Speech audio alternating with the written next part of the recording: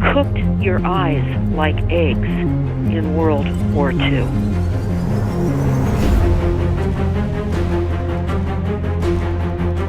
And you all need to understand, these are military weapons.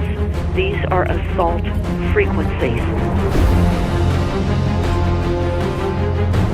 If you garner nothing more than that, that's what you need to know. It's microwave radiation warfare, is what this is.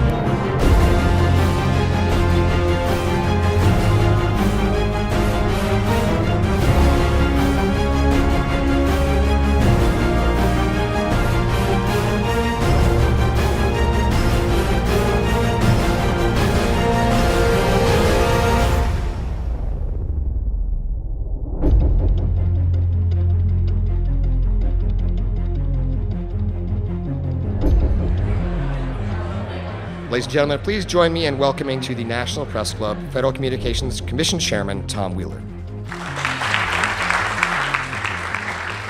It's an honor to be here at the National Press Club. The first generation wireless, 1G, was voice. The second generation, 2G, allowed both talk and text. The third generation, 3G, the internet, in a limited way. And today's technology, 4G, completed that digital migration. But if anyone tells you that they know the details of what 5G is going to become, run the other way. This video is brought to you by the number 5 and the letter G. And pretty soon, everything else will be too. I have to tell people 5G is a killer. I'm Mark Steele. Anybody who hasn't heard me, I'm a weapons systems head-up display expert, one of the leading experts in the world. I've actually brought cover in relation to this, and the reason I became an expert was because I invented them. What I'm going to say to you today, do not believe a single word I say. Not one. I want you to do your own research. You'll find it's absolutely terrifying. You got your body card? Aye. Oh, good lad. Right, because I can talk to that. This 5G roll-up is a weapon system. I've got a letter in with central government because I know about weapon systems more than anything other. In Britain, in a place in the north of England called Gateshead, a scientist there called Mark Steele has been very publicly and actively warning people about the effects of LED streetlights, which he says in Gateshead are emitting now 5G. Right, what's the crack? Hey, lads. I'm just having a word with these Gateshead council workers about replacing these transmitters on these lights that are causing harm and assaulting the community. This is an existential threat to the economy, to the environment and humanity. Well, if these transmitters are everywhere, then everyone's at risk, surely.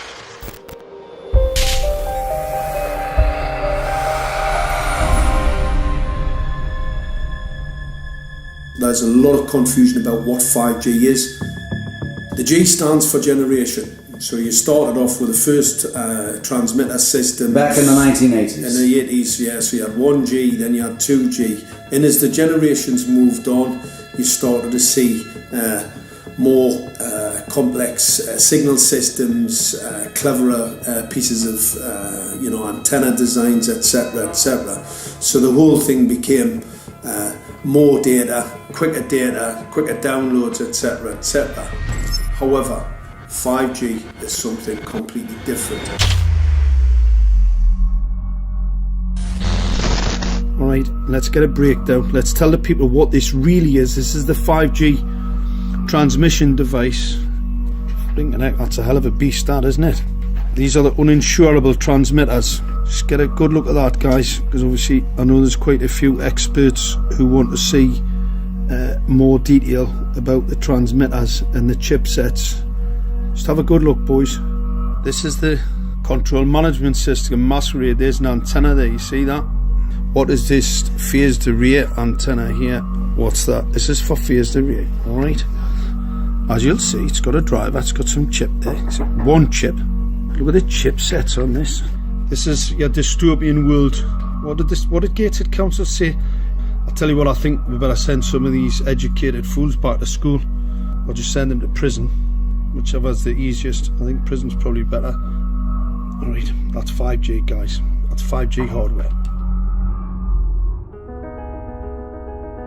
You must consider the whole part played by electricity in nature. Human beings cannot go on developing in the same way in an atmosphere permeated on all sides by electric currents and radiations. It has an influence on the whole development of man. This life of men in the midst of electricity, notably radiant electricity, will presently affect them in such a way that they will no longer be able to understand the news which they receive so rapidly. The effect is to damp down their intelligence. Such effects are already seen today. Even today, you can notice how people understand the things that come to them with far greater difficulty than they did a few decades ago.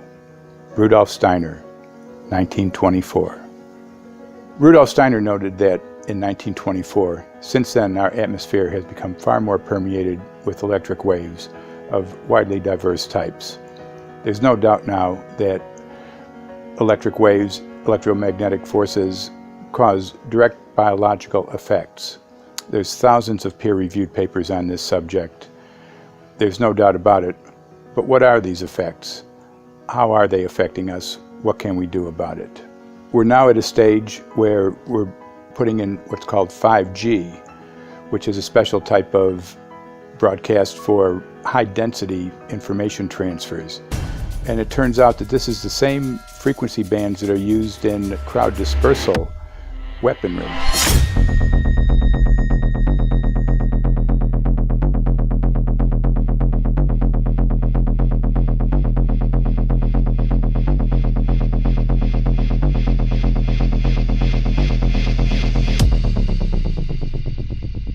5G, first and foremost, is densification. So it's significantly more transmitters at close proximity to a human, and it is also a sophisticated, illegal, unlawful transmitter.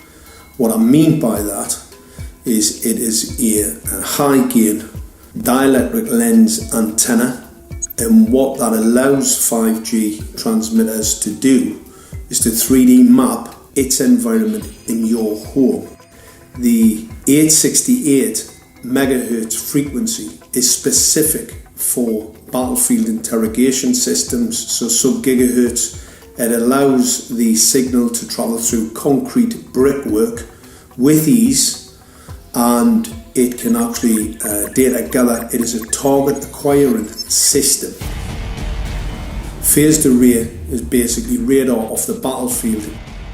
It is extremely good at identifying targets and being able to lock onto targets. And not only that, it can specifically target you as an individual. So any judge sitting on an interesting case, let's say, any lawyer, any barrister, anybody doing any work that is potentially controversial, your life could be at threat. So the antenna design that you currently have on top of these LED street lights, masquerading as a control management system, it basically battlefield interrogation equipment. The first phased array unit was actually called Mammoth, used by the Germans during the Second World War to identify Allied aircraft. Obviously things have moved on significantly since then.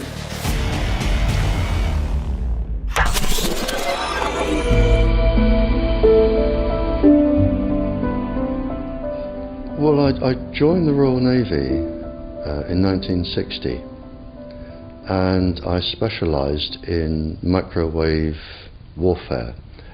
Radar, obviously, which uses microwave, but they don't just teach you radar, they teach you all about microwaves and other uses. So I understood about microwave warfare and how it can damage people, how it can harm people. Microwaves then were used as weapons, as they are today. It is a perfect stealth weapon, and when governments don't like a group of people, for instance the ladies who protest at Greenham Common in England about the American missile base they camped. They were microwaved. We microwaved Catholics in Northern Ireland to make them sick. It goes on all over the world. And it's a weapon that you don't know you're being targeted, because the dose is very, very low, which is actually more dangerous than a high dose. It's very, very low, and it may take a year or two, but you can cause neurological damage and cancers with low-level microwaves, and you can make all your opponents sick. It's a perfect weapon for a government. Our impulses are being redirected. We are living in an artificially induced state of consciousness that resembles sleep. Their intention to rule rests with the annihilation of consciousness. We have been lulled into a trance. They have made us indifferent to ourselves, to others. We are focused only on our own gain. Please understand, they are safe as long as they are not discovered. Keep us asleep, keep us selfish, keep us sedated. Almost immediately, I had neighbours knocking on the door, talking about children bleeding from the nose. I had images posted on Facebook. And one neighbour in particular came to my door and mentioned the fact that since the LED street lighting had been installed, she was bleeding from the nose every single night. I thought it was unbelievable. However, I spoke to another neighbour who lived not far from the first lady who mentioned this, and she also confirmed that since the LED street lighting had been installed, she also had started to develop nosebleeds and had never had nosebleeds before in her life. That then put me on a journey to investigate. I measured microwave radiation levels from the transmitters on top of the LED streetlights. The basic 868 megahertz, it was significantly higher than the current Council of Europe 1815 resolution, which is a maximum of 600 millivolts. I've measured up to over 3,000 millivolts.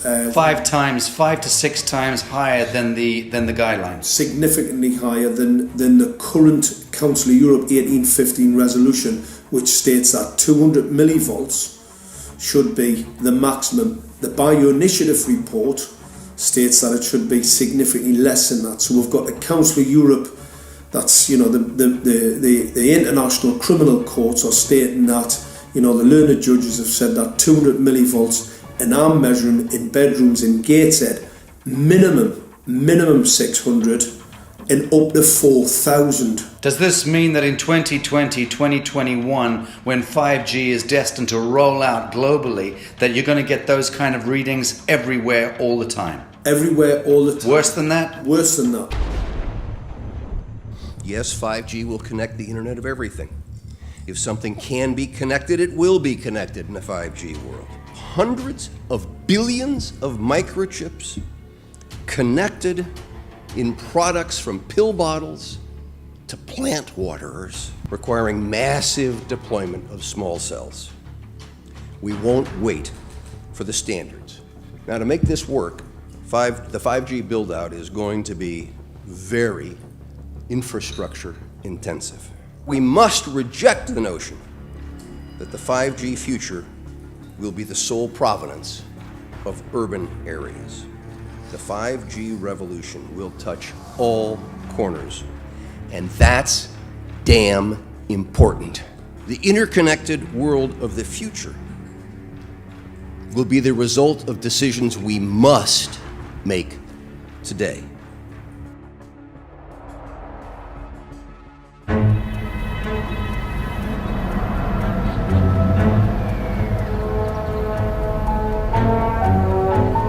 The main issue before us today is Senate Bill 637 and Senate Bill 894, the former by Senator Hugh and the latter by Senator Knopf. We're going to invite the first four witnesses in support of the legislation, and that would be John Jones with Sprint, David Lewis and Andy Emerson with AT&T, Neil Krevda with Verizon, and Frank Alcavetti Jr. with T-Mobile. So be straight with me. Is it true? It could be. No, well, come very, on. There's very no few scientific cases. proof There at was an all. unfortunate It's really a incident out in complicated Iowa. situation. Look, gentlemen, practice these words in front of the mirror. Although we are constantly exploring the subject, currently, there is no direct evidence that links cell phone usage to brain cancer.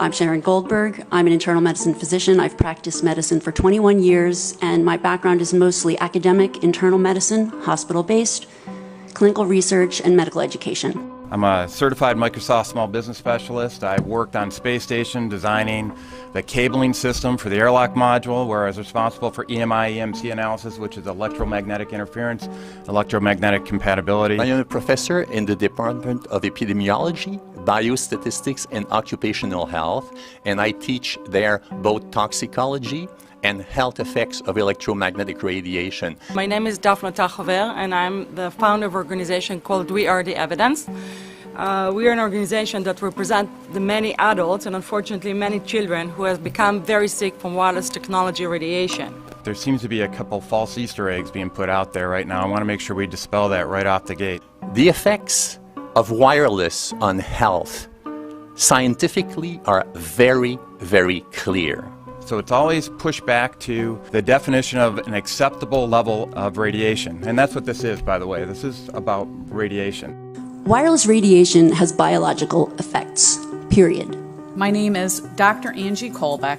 I've been reviewing the studies showing the impacts of wireless radiation on our health, and there are now thousands of studies showing the following adverse health impacts to wireless radiation: cancer, oxidative damage, DNA damage, DNA failure. Things like memory, dizziness, anxiety, brain fog. Headaches, nosebleeds, cognitive problem, exhaustion. We have evidence of DNA damage, cardiomyopathy, which is the precursor of congestive heart failure. Short and long-term memory loss, decreased attention spans, lower reaction times, even involuntary contractions of muscles causing misalignments of spines and jaws. Breast cancer. We suddenly have breast cancer in women who have no DNA predisposition. Disrupted immune function and change in stress proteins, reproductive and fertility effects. There are dozens and dozens of studies that show beyond any doubt what this radiation is doing to our sperm. Now, if you take the cell phone out of your pocket, the sperm will recuperate within 3 to 4 months. What would not recuperate would be the damage to the DNA of the sperm. That is irreparable. The wife of the ex-governor of Indiana was diagnosed with glioblastoma. Same brain tumor Ted Kennedy had and John McCain had. Did you look at John McCain's scar? This is a cell phone brain tumor. LeBron James, one of our sports people, had a salivary gland tumor. That is another cell phone tumor. You didn't hear about it because immediately after that was discovered, he was paid by Samsung to become their spokesperson. We are seeing increases in brain tumors.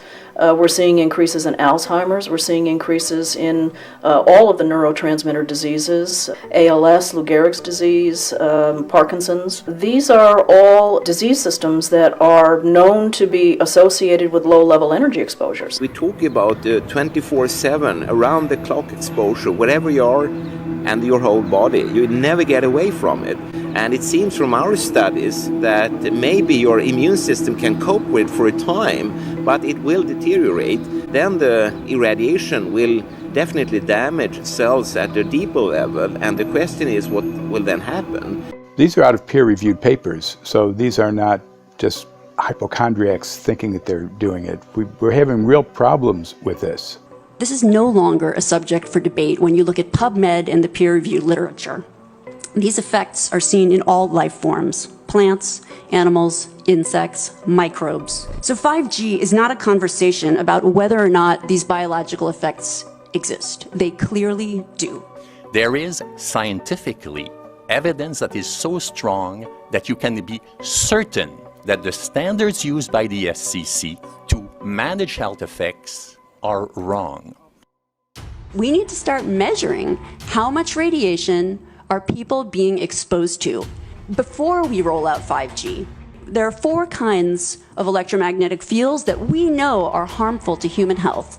So radio frequency radiation, magnetic fields, dirty electricity, and electric fields, okay? Our exposure, any given person, and all humans are affected by EMFs. What is our exposure in a day? It's not one cell phone. It's cell phones, it's multiple wireless networks, it's smart meters, it's cell towers. It's this sandwich, and it all adds up. The data we're going to look at are all published science, testing results, or public standards. At the bottom end of the radiation scale of what's called power density, or signal strength, is the minimum level at which cell phones will work, which was found to be 0.2 billionths of a microwatt per centimeter squared. Pine needles were found to age prematurely at 0.000027. At short-term exposures of 0.05, children aged 8 to 17 experienced headache, irritation, concentration difficulties, and behavioral problems. 0.1 is the biobiology or building biology guideline for extreme concern. 1.0 produced sperm DNA fragmentation and a decrease in sperm viability in vitro. Also at 1.0, the science shows the following bodily effects can occur: headaches, dizziness, fatigue, insomnia, chest pain, difficulty breathing, and indigestion. 2.5 saw altered calcium metabolism in heart muscle cells. 4.0, changes in the hippocampus affecting brain memory and learning. And at 6.0, DNA damage in cells. So, where are smart meters on this list? Electrical Power Institute in December 2010 measured a single Itron smart meter with pulses up to 7.93 microwatts per centimeter squared. Our own testing indicated approximately 8.0 with 1 meter. These tests are at a close distance, approximately 1 foot away from the meter, but an infant's crib could be just as close on the other side of the wall where the meter or bank of meters are installed. Even though there are all these known health effects at levels far lower, Switzerland, Liechtenstein, and Luxembourg see fit to set the standard at 9.5. And China, Poland, and Russia, 10.0. This is the same level at which behavior has been altered, producing reflexes of avoidance following 30-minute exposures. A room of 12 smart meters, very common and even a conservative number in an apartment building, tested at 19.8 microwatts per centimeter squared. This is hundreds of times higher than levels which clearly indicate harmful effects. So, how can utilities and governments get away with forcing these devices on everyone? This is how. In Canada and the US and several other civilized countries, the safety limit is set at 600 to 1,000 microwatts per centimeter squared. This so-called safety limit is literally tens of thousands of times higher than levels which are known to damage health according to peer-reviewed published science.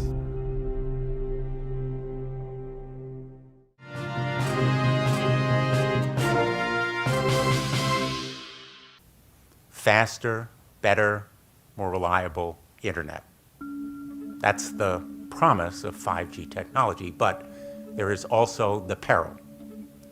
Health hazards associated with radio frequency that is higher also and requires more transmitters and antennas. And the stark, simple fact is the health hazards are unknown and unstudied. And that is a sign of neglect and disregard on the part of the Federal Communications Commission that seems unacceptable. There have been no answers so far. The FCC basically has said everything's fine, but in order to reach a conclusion about the health and safety of this new technology, we need facts. Mr. Chairman, thank you for having this hearing. 5G, as you well know, also uses higher frequency waves that don't travel as far and will rely on a network of hundreds of thousands, potentially millions of small cell sites. And the question then is, are there any health implications, any public safety implications to those additional sites that are likely to be located close to homes, schools, workplaces, and closer to the ground, correct? Correct, Senator. Yes. So my question for you, particularly Mr. Gillen and Mr. Berry, how much money has the industry committed to supporting additional independent research? I stress independent research. Is that independent research ongoing? Has any been completed?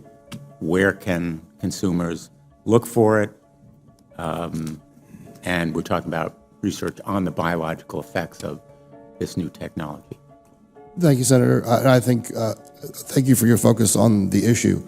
Safety is paramount, and as you alluded to, we rely on the expert agencies, we rely on the findings of the FDA and others as to the requirements to keep all of us safe.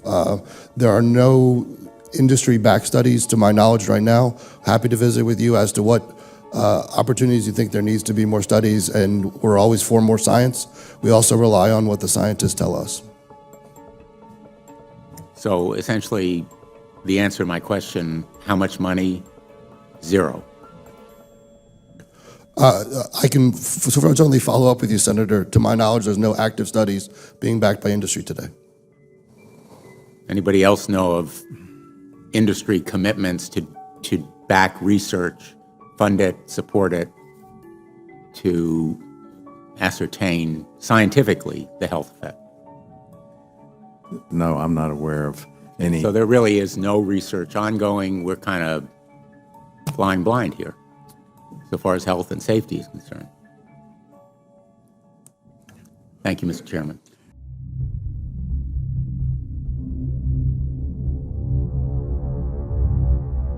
You're a trained medical professional. Yes. We don't have one on the panel.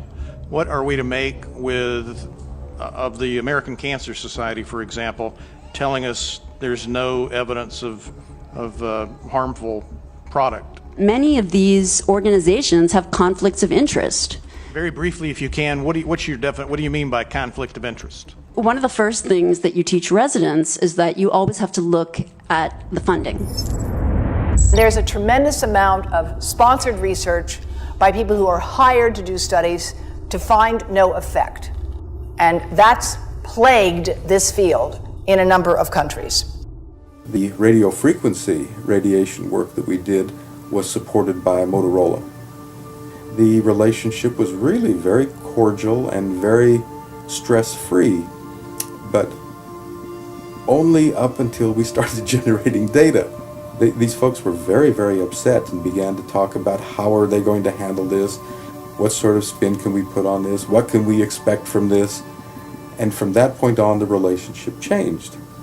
What we saw was that Motorola began to exert more and more control over the work, telling us what to do, telling us how to write abstracts, what to say in the abstracts, what to say in the papers, how to do the work. No, don't do this. Yes, do it this way. This was unacceptable. I had completed our study of DNA damage, and I submitted the final report to Motorola. They simply weren't willing to accept my interpretation of my study, my evaluation of my study, my knowledge of science at that point, and tried to urge me not to publish the study.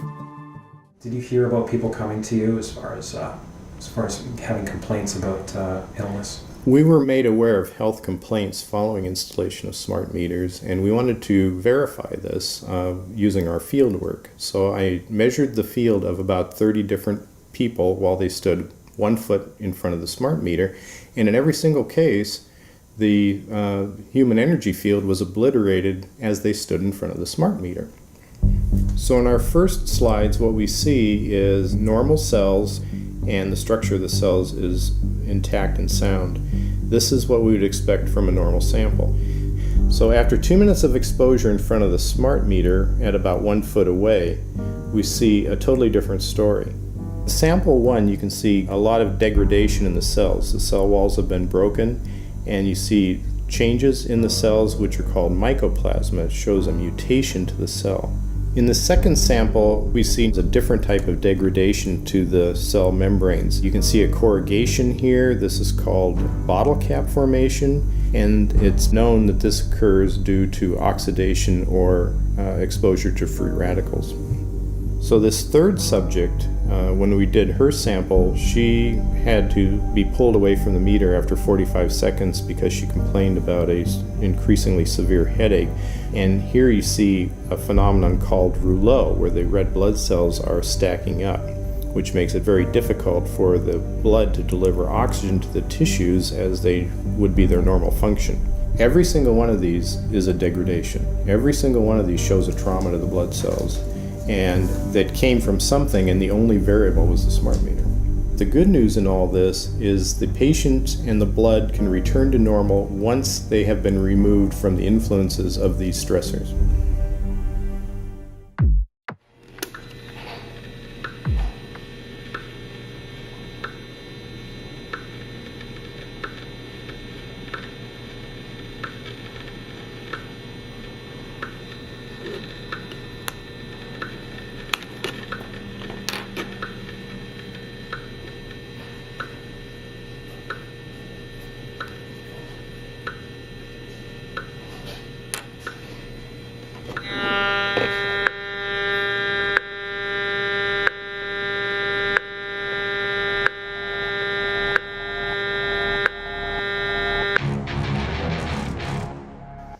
Some of the effects that we can look at, well, one thing is just our regular Wi-Fi, 2.4 gigahertz. That's in the same range as microwave ovens, which are also called radar ranges, because that is radar.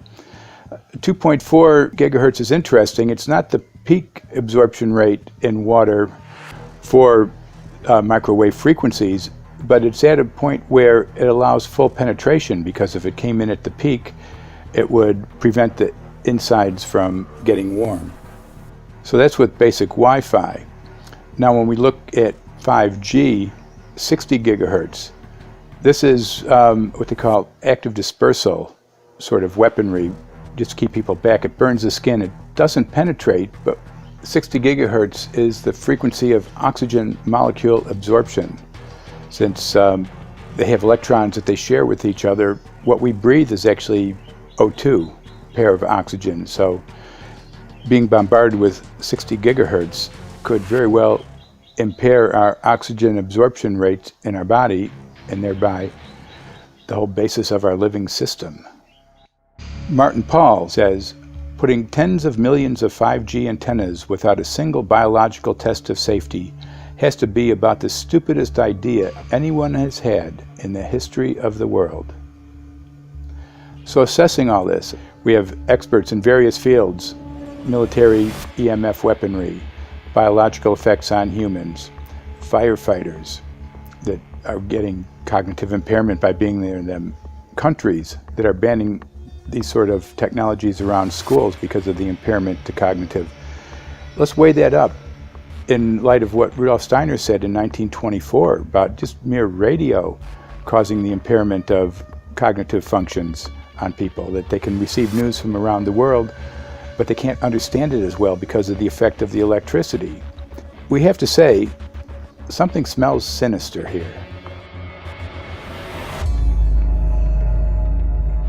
With the 5th generation, it's actually a whole new ballgame. It's not using the same technology. They're switching to military-grade millimeter wave technology. And when you look at this technology, I mean, if you go and look at DARPA reports, come and look at some of the patents that the United States military has put out on what they can do with psychological weapons, all sorts of things, crowd control, active denial, anything you can think of, this is what they can do with 5G. So any type of military application you can think of which has an electromagnetic base, they can do with 5G. And they're putting this out blanket across the population. Ladies and gentlemen, the President of the United States. Good evening, my fellow Americans. In the councils of government, we must guard against the acquisition of unwarranted influence, whether sought or unsought, by the military-industrial complex. The potential for the disastrous rise of misplaced power exists and will persist. We must never let the weight of this combination endanger our liberties or democratic processes.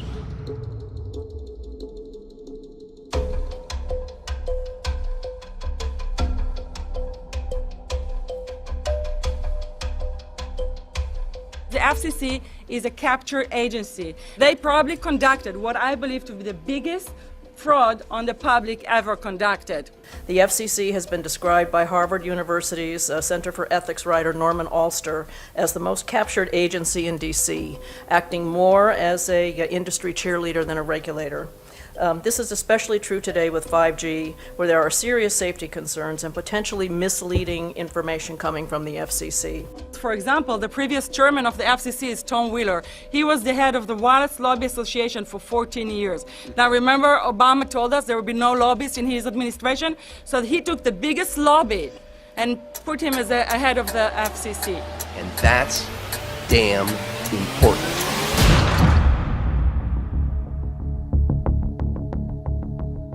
In 1993, the FCC started a rulemaking to adopt the IEEE regulations on this issue. IEEE is an engineer association. Why is it that we adopt regulation of engineers who maybe know how to measure this radiation when it's passing a wall, but not when it's passing a body? All our health agencies objected it, saying that it makes no sense to adopt engineer association, that they had not even one biomedical person on their team. They are effectively indemnified against adverse health impact lawsuits when the acceptable limits are higher than the limits actually shown to show harmful health effects. The FCC guidelines were developed for short-term exposures, 6 minutes, 30 minutes, depending on it's a phone or an outdoor exposure. And they have absolutely no connection to the biological effects that have been very clearly summarized in the Bio Initiative. So as you can see, there's a number of individuals in this room today that have serious concerns about this as regards to their health. If one of your companies decides to put one of these small cells up at a pole that's within, say, 50 feet of one of their houses, what recourse do they have to say, is there a way to move it somewhere else? There's language in the bill so that the authority can require the applicant to come forth with certification of compliance with the FCC's rules related to radio frequency emission. Remember that denial of request or denial of permit request that you can put in? It's going to point back to the acceptable levels as determined by the FCC, not the EPA or not the CDC, the ones who usually take care of health concerns, but by the FCC, which is staffed by former members of the telecommunication industry. That's the fox guarding the henhouse. It's a fact that most insurance companies will not indemnify against EMF effects. Telecom companies around the world are warning their investors of potential major costs due to real or alleged risks of EMF pollution from their products. Interestingly enough, they're warning their investors, but they're not telling their customers. They're basically keeping it quiet because that's where their money comes from. So we're using technology that could be very potentially harmful to us, and the investors know it. But their only worry is that they might lose money, not that our health might be affected. First of all, I think what you should really think about is why is it that they're not insured? It's not that they chose to be self-insured. They're actually rejected by the insurance company from being insured because they understand the risk. And so the insurance companies, the big insurance companies, will not insure the telecommunications? So there's insurance companies, and then there's what's called secondary insurance companies. Secondary insurance companies are the insurance companies that insure the insurance companies. So in an event, an insurance company, let's say I insure Verizon, and it may not be able to meet the claims, then the secondary insurance company is kicking in. Like Lloyd's of London. Sorry? Like Yes, Lloyd's of exactly. London. So two leading ones would be Lloyd's of London and Swiss Re. Both told the insurance company not to insure the wireless industry, and this is why they're not insured. And that should give you a hint. Now, this is exactly why they have to prevent a lawsuit. And how did they prevent lawsuit? That goes back to Section 704.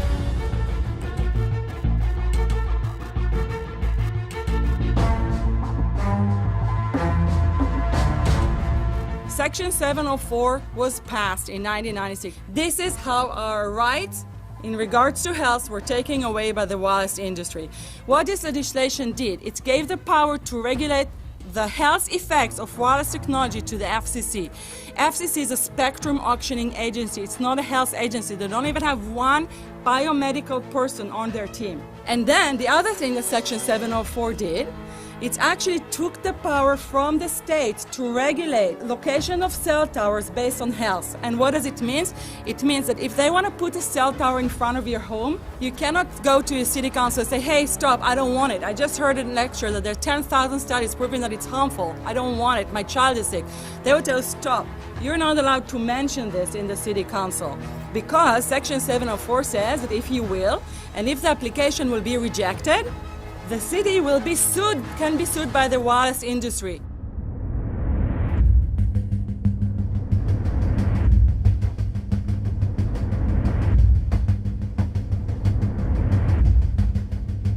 A major U.S. government study on rats finds a link between cell phones and cancer. Very first government study linking the radiation from cell phones to cancer. Two-decade, $30 million federal study out today found there is some evidence of a link between cell phone radiation and brain cancer.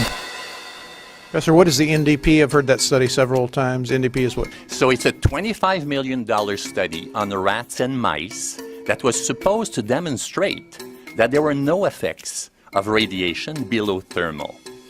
And in fact, it demonstrated exactly the opposite.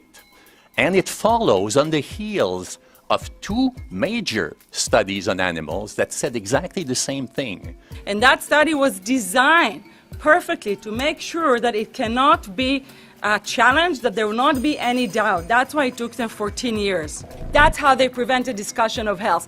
And why do they want to prevent discussion of health if there's no problem with health? Simply put, FCC is completely unprepared, unable, and possibly unwilling to oversee 5G for safety, even as it barrels toward us. They are falling back on tired definitions and panaceas long since disproven by science.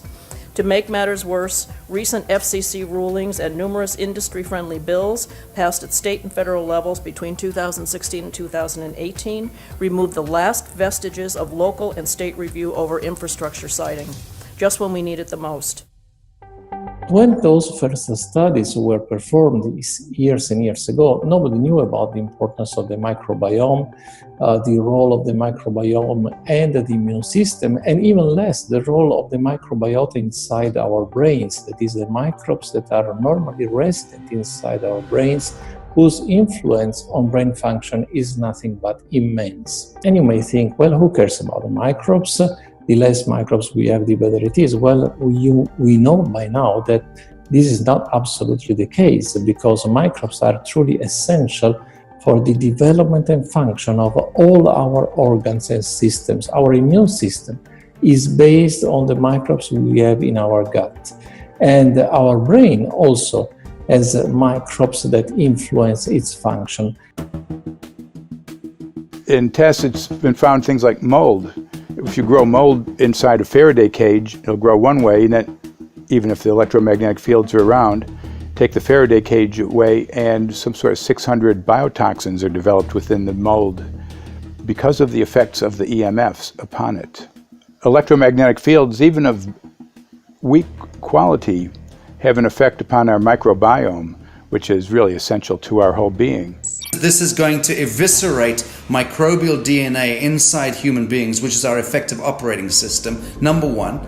So it may not impact human DNA in laboratory experiments right now, and they're saying it doesn't impact human DNA. But given that human DNA is less than 1% of the cellular DNA in the human body, the rest of the cellular DNA is microbial, and we know that this will eviscerate microbial DNA. So we're talking about a takedown of the operating system of human beings. Exactly. I couldn't have put it better myself.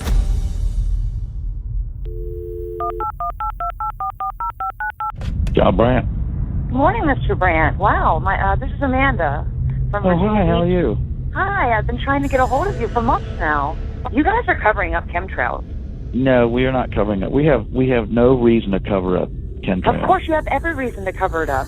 Every reason. It's called losing your job. What reasons would that be? Oh, well, you personally, you would lose your job if you were to reveal anything to me, and it's probably unsafe for you to even be speaking about this, considering the types of individuals you work for. It's not unsafe. It is unsafe. There's no problem with us talking on, you're a citizen, you're making a complaint. Oh, Lord, have mercy on myself. It's a complaint in an area that we don't have authority to regulate.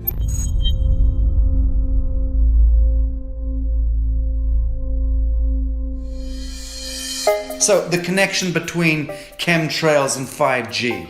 It's all interconnected. The metallized particulates that would allow the 5G phased array, so basically the radar that would allow it to be able to identify you, so it can watch you, it can identify you in your own home 24 hours a day, 7 days a week. For the last X amount of years, we've been through chemtrailing, and that is now the cat is out of the box. We've had these nanoparticulates raining down on humanity for years now, impregnating our bodies, by best accounts staying inside our bodies. Those nanoparticulates, what you're saying, are building up a kind of a phosphorescence glow capability so that we can be flagged up in our homes, behind concrete and steel, inside bunkers, in the basement, doesn't matter where you are. The 5G will be able to now triangulate, map and read you, because you as a living being are impregnated with these nanoparticulates, which are acting as a kind of transmission and reception technology. It's exactly, absolutely exactly. You have to consider that DNA also works as a fractal antenna, which is able to send and receive and also to process signals under the form of radio frequencies. Well, then there is no doubt that artificial radio frequencies, such as those of cell towers, and in particular these new types of towers that have a much higher density of signals, they may somehow interfere with the ability of DNA to retain and transmit biological signals. So this is one level of danger that very few biologists are aware of. How much effort was put forward to address this, what most of these people are, or many of these people are here for, which are the health concerns? Was there any dialogue back and forth? Was there any working, was there many studies evaluated to look at regarding this area? Maybe not every person that has concerns on the legislation was brought to the table. Okay, so from your perspective, you feel that there was a legitimate amount of time to evaluate the data that the opposition would have on this? Absolutely, and I wouldn't put forth something that I didn't believe in. And I'll tell you, as I mentioned earlier, and it's been commented several times amongst the panel here, this is truly an economic development issue. Our 3-year-old, again at home, is outraged when we pull out the driveway and he's not able to access Wi-Fi.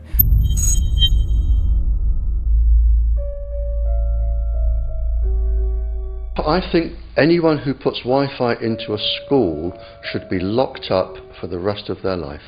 I really do. I think they're not fit to walk on the surface of this planet because they haven't looked at the research, and whatever incentive they have, it is not worth the genetic problems that parents are going to face with their children when they're born. France has banned Wi-Fi in nursery schools and put warnings out for regular schools because they're finding there's impaired learning capacity in children when they're around Wi-Fi. And they have to put up warning signs where they put Wi-Fi transmitters. When I got sick and I learned that they're putting Wi-Fi in the schools in Israel, I was very sick at the time, but I could not tolerate the thought that children in the schools will become as sick as I have. And after a few months of correspondence, I submitted a Supreme Court case in Israel to ban the use of Wi-Fi in the schools and replace them with wired network.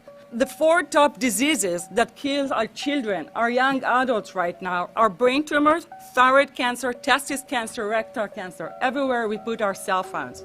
And a lot of our children are sick and they're being misdiagnosed and mistreated because the wireless industry has put billions and billions of dollars in the past 30 years to mislead the public as to the health effects and keep the public uninformed. We are performing an experiment on children. We are exposing children to microwave radiation for 6 hours during every school day. We have had absolutely no studies looking at the long-term effects of this radiation on young people or even on adults. A considerable amount of research shows that developing brains and bodies of children are much more affected than adults. And there are clear indications of a link between increased electromagnetic fields and autism spectrum disorders. We took 10 autistic children and went back to the sleeping location where the mother was when she was pregnant with that child and compared it with the sleeping location of a mother that gave birth to healthy children. We had 10 mothers in that group, 10 mothers in this group, and in the group of the autistic children, we found that the measurements that we got for the microwave exposure was elevated compared to the group of children that were normal. The fetus is affected. The exposure to man-made electromagnetic fields has become the first factor that could be isolated ever in autism that could predict autism. The fifth generation of wireless technology, or 5G as it's being rolled out worldwide without safety testing. Let me say that again, without safety testing. And how we've got scientists and doctors and environmental organizers saying, stop this. Because in terms of the effects of wireless radiation, the science is in. Wireless radiation can lead to cancerous heart tumors, brain tumors, DNA damage. Wireless radiation is linked to infertility, to autism, Alzheimer's, and more. And guess what? All the effects that I just listed, those are some of the effects that are known according to the technology that's being seen today. First of all, you have to know that we know that the other EMFs that we're exposed to are already known to be health risks. And basically that 5G, because of the frequency that's going to be used and because of the extraordinarily high pulsation levels that will be used, is a much bigger threat to our health than the things that we already have, which are very substantial threats to our health. We're not just talking about the intensity. We're talking about the frequency and the very high level of pulsations. There's a huge literature which shows that pulsed EMFs, EMFs that pulse up and down very rapidly, are in most cases much more biologically active than our non-pulsed EMFs. Every single wireless communication device communicates via pulsations, but the industry completely ignores this issue. The problem with 5G is that they're planning to put out tens of millions of these antennae all over the place without doing one single biological safety test. Are you implying possibly that we, the consumers, are the guinea pigs since they haven't really done tests to see the effects in a smaller setting?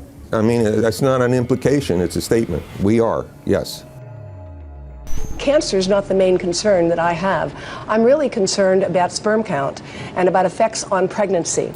How many of you know that 1 in 6 American couples is unable to have a child when they want to? How many of you know that last year the birth rate in this country dropped the most that it ever has in recent history, 3% in a single year?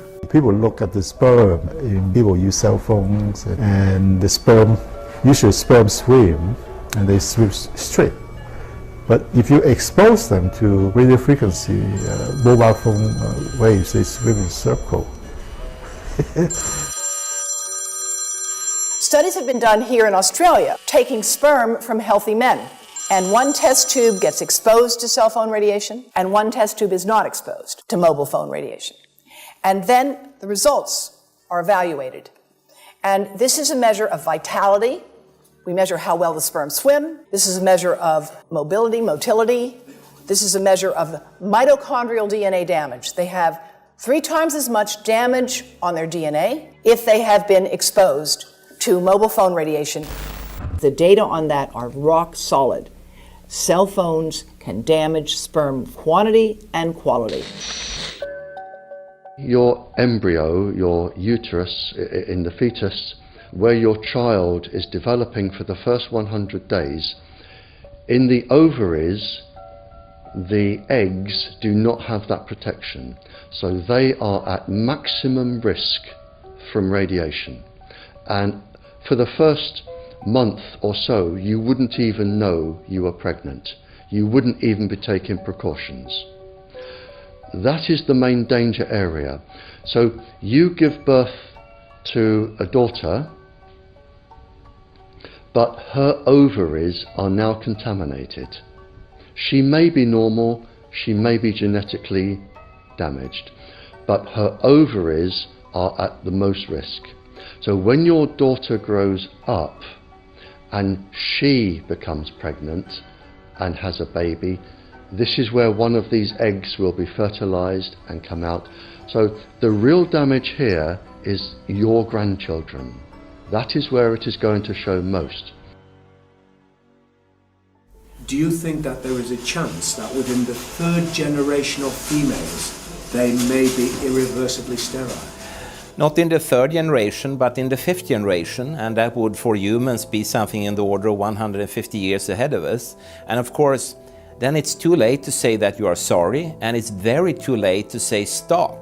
There is a wealth of papers. I mean, we're talking about thousands of published papers in the scientific literature, few of which, or sometimes none of which, have entered the official documentations from authorities and likewise. So I think it's really time to have an independent compilation of data. Such was done at August 31st, 2007 in the form of the Bioinitiative report, of which I was one of the authors.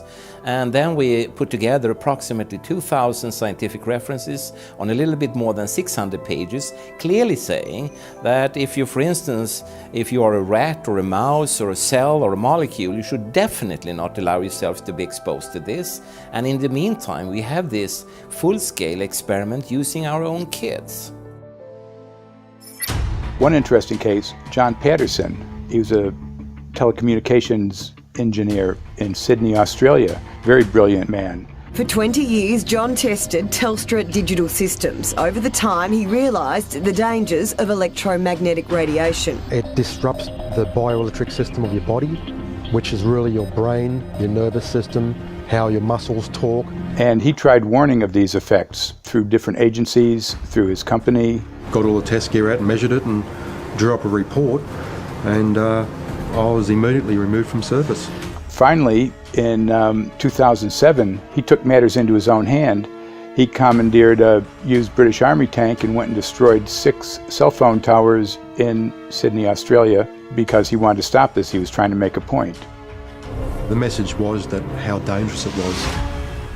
You know, these people were elected by us to manage our infrastructure in a responsible manner. That is the sole purpose of government if it's going to exist at all. And if it doesn't do that, then it has no right. It is invalid. So we need to pull this infrastructure down. We really do. But in order to do that, I mean, we can't just be some violent domestic terrorist. You've got to bring this awareness to the people that these towers are doing them damage. You don't need bandwidth that fast. And they're not doing it so you can download movies quickly. They're doing it so they can track every single thing you do and bring in this social crediting system to control even everything you think. There's a story about a lady called Claire Edwards. She was a United Nations staff member, and she was warning of the potentially catastrophic dangers of 5G technology. I took the issue to the UN Secretary General, Antonio Guterres. He is a physicist and electrical engineer, and lectured on telecommunication signals early in his career, yet asserted to me that he knew nothing about the dangers of 5G. Current public exposure levels are at least 1 quintillion, that's 18 zeros, 1 quintillion times above natural background radiation, according to Professor Olle Johansson of the Karolinska Institute in Sweden. The highly dangerous biological effects of EMFs have been documented by thousands of studies since 1932, indicating that we may be facing a global health catastrophe orders of magnitude worse than those caused by tobacco and cigarettes. 5G is designed to deliver concentrated and focused electromagnetic radiation in excess of 100 times current levels in the same way as do directed energy weapons. There is currently an international appeal signed by 237 EMF scientists from 41 nations, urging the UN and particularly the WHO to exert strong leadership in fostering the development of more protective EMF guidelines, encouraging precautionary measures and educating the public about the considerable health risks, particularly the risks to children and fetal development. Sorry, because we are talking with someone that is a little bit ignorant on these things. If you're talking to the Wi-Fi systems, I become worried because I put those devices in my house. I will have to, I mean, I'm a confess my ignorance on this. We will have to, but I'm going to raise this with WHO, which I think is the organization that might be able to deal with it properly, because I must confess I was not aware of that danger.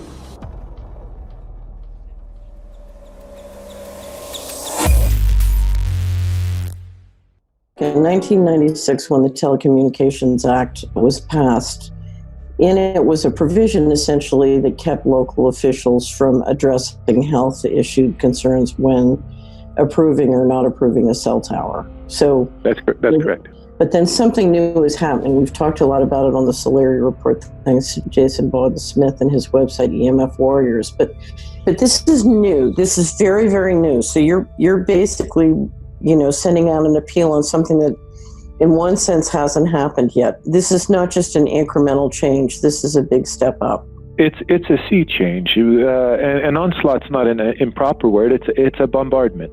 So instead of a cell tower 1 mile or 2 miles from you and you still have cell phone service, we're going to have antennas every block, and some poor soul is going to have one mounted to a utility pole maybe less than 20 meters from their home.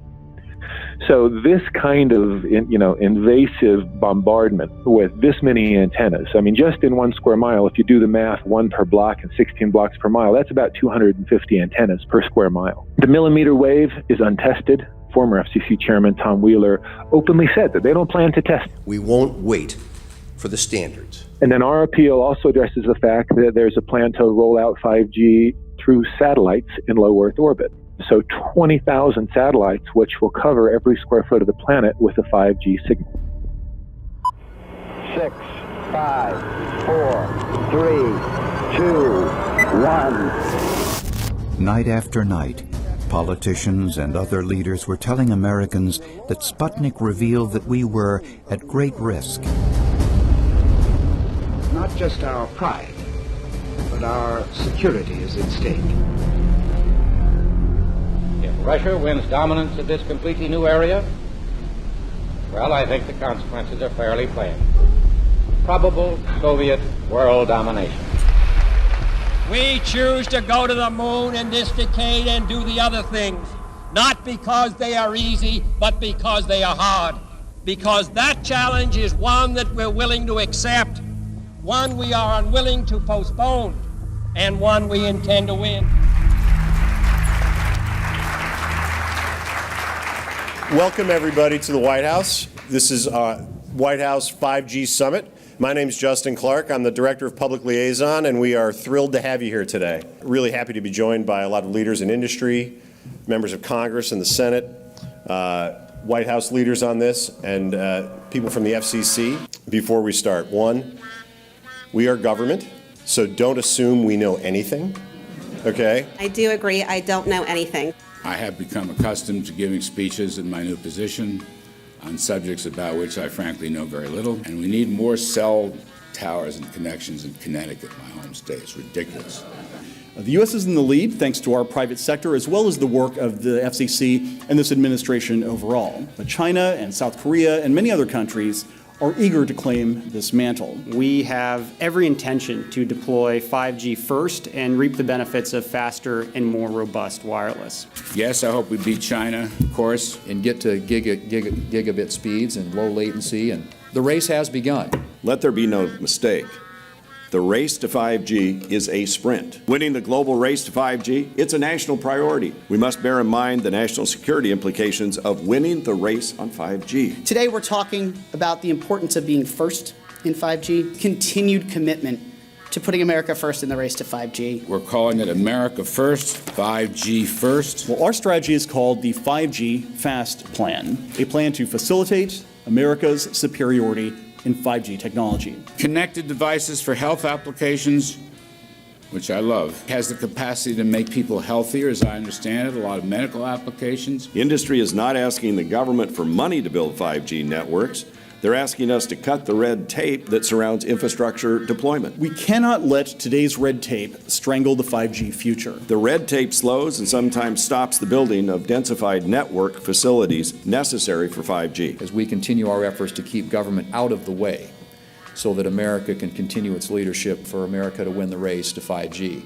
One path is the government regulatory path. The other path is the private enterprise, free market, gales of creative destruction, Schumpeter path. You ever heard that? Gales of creative destruction? It just means let it rip. The new replaces the old. With 5G, we're on the cusp of another era of American innovation. It means an even more connected world for everyone around us, unlocking the potential of the Internet of Things to become safer, healthier, and more sustainable for our future. You know, sometimes, look, we all believe in the 10th Amendment, but sometimes you have to override it.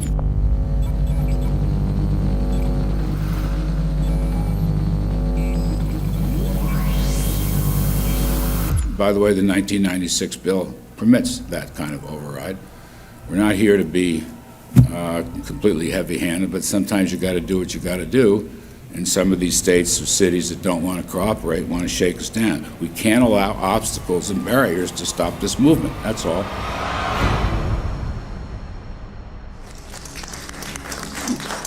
And this happened in Canada. I mean, there were some activists I was working with up there that said, well, you know, we won a victory. We got the Public Utilities Commission to allow us to opt out. And I said, boy, that's divide and conquer. They just got rid of the people that were raising hell. So, you know, that's not the answer. We need to opt out everybody. An opt-out is an agreement to pay to not be harmed. An opt-out is volunteering into extortion. An opt-out says that if I don't pay you, you have the right to harm me. So that doesn't work. This is a mandate. This is being pushed down your throat by a company that is not responsive, by a government that is not responsible, and it's being done in a collusion that's designed to undermine the individual rights of individual people in communities across the country and around the world. The Minister for the Environment has a duty. His duty is primarily to ensure that there is cleaner, better, healthier environment for people in this country. It's a simple duty. He also has a responsibility in regard to science and innovation to make sure that that happens. What seems to be happening here, in fact one could say undoubtedly happening here, is he's using science and innovation to ensure that our right to life is threatened. There have been no public debates. There is no public discourse. There are no public disclosures as to why, when, how, what is going on in regard to 5G. That by itself is a breach of ministerial responsibility, and one which we really should look at in terms of a private prosecution against the ministers who have failed to protect our right to life. Okay, smart technology, smart meters, smart cars, not that smart, huh? What does smart mean? Anything that has smart attached to it, secret militarised armaments in residential technology. That's where smart came from. And smart, every bit of technology that you see today has all been developed for either some type of battlefield, some type of intelligence gathering system, and obviously these developments have to be commercialised, and people have actually took them into their homes.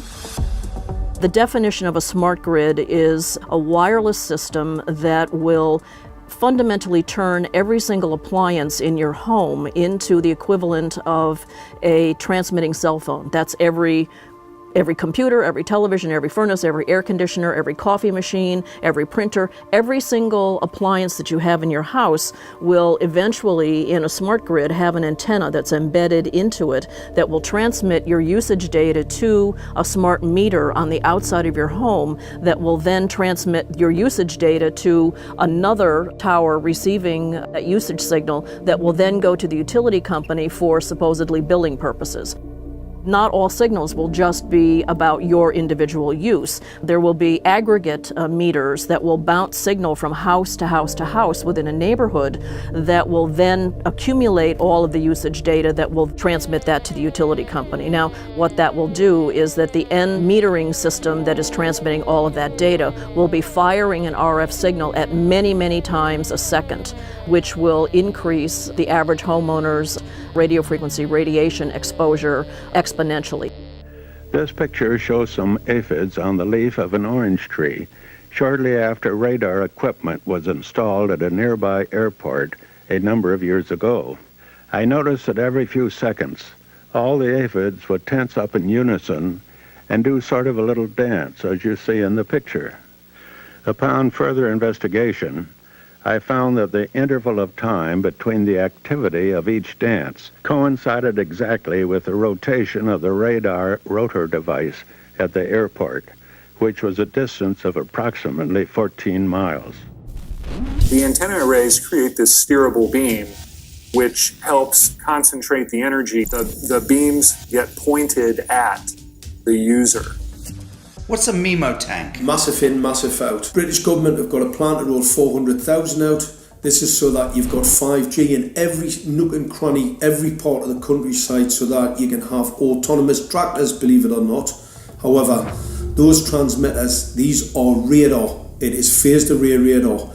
Though that radar signal sweeping the countryside will kill every pollinator, every biological structure, it will sterilise livestock, it will kill the ground, consequently land won't have a value, obviously farmers will die, the community will be under attack. The community will be under attack. If we can't produce food, if we kill all the pollinators, we're in serious trouble. The takeaway is that 5G, the $1 trillion rollout of 5G by our friendly local government, is definitely a weapon system masquerading as a modern efficiency technology. It most certainly is. And what I put it down to, it's economic terrorism. There is no value, nil, in killing off your population, in destroying your ability to grow food, to kill all your pollinators. They may have a nice financial number on a piece of paper, but in reality, dementia, diabetes, all the things that are currently crippling the NHS, a burden on the country, illness, mental health issues, the focus of that cause can be identified and has been identified in the science. The science is proven. The epidemiological data that we're seeing on the street is now substantiating that science. The DNA inside you, the mitochondrial DNA, you can trace unchanged to your mother, her mother, her mother, right the way back to the beginning of the human race in Africa, the Stone Age. It is unchanged, the mitochondria, and that is being unchanged in your children, which means if you damage it, your child could be genetically damaged, then her child, and her child, and her child, forever. You are condemning the future generations of every single child. There is, however, a light at the end of the tunnel, or there is some ray of hope. Thanks to the principles of biological quantum entanglement that we have learned how to exploit in the field of biology and medicine, now we can transfer the information from the microbial DNA to the human DNA. And in so doing, we can train, so to speak, the microbes to withstand whatever extreme condition they are exposed to, including this new technology. And then we can train them to transfer this resilience of theirs to our DNA. So let's say that there are good reasons to be worried about the introduction of these new technologies, but fortunately, since the knowledge in the field of quantum biology, in the field of microbiome medicine is advancing as fast as potentially harmful technology, then we can exploit this knowledge to protect ourselves from any real potential or perceived danger from these new technologies. I've met with molecular and cellular biologists, with blood microscopists, with weapons development experts, frontline activists and researchers, and all the stories I'm hearing from these experts and pundits leads to the same thing. 5G is almost certainly the end game. It is an extinction event brought into our homes, into our classrooms, onto the high street, into the very cells and DNA in our human bodies. It is such a perilous threat that it is almost impossible to imagine, let alone describe. When the 5G signature goes live, it will tap into a multitude of satellites which are in geosat orbit around the surface of the Earth.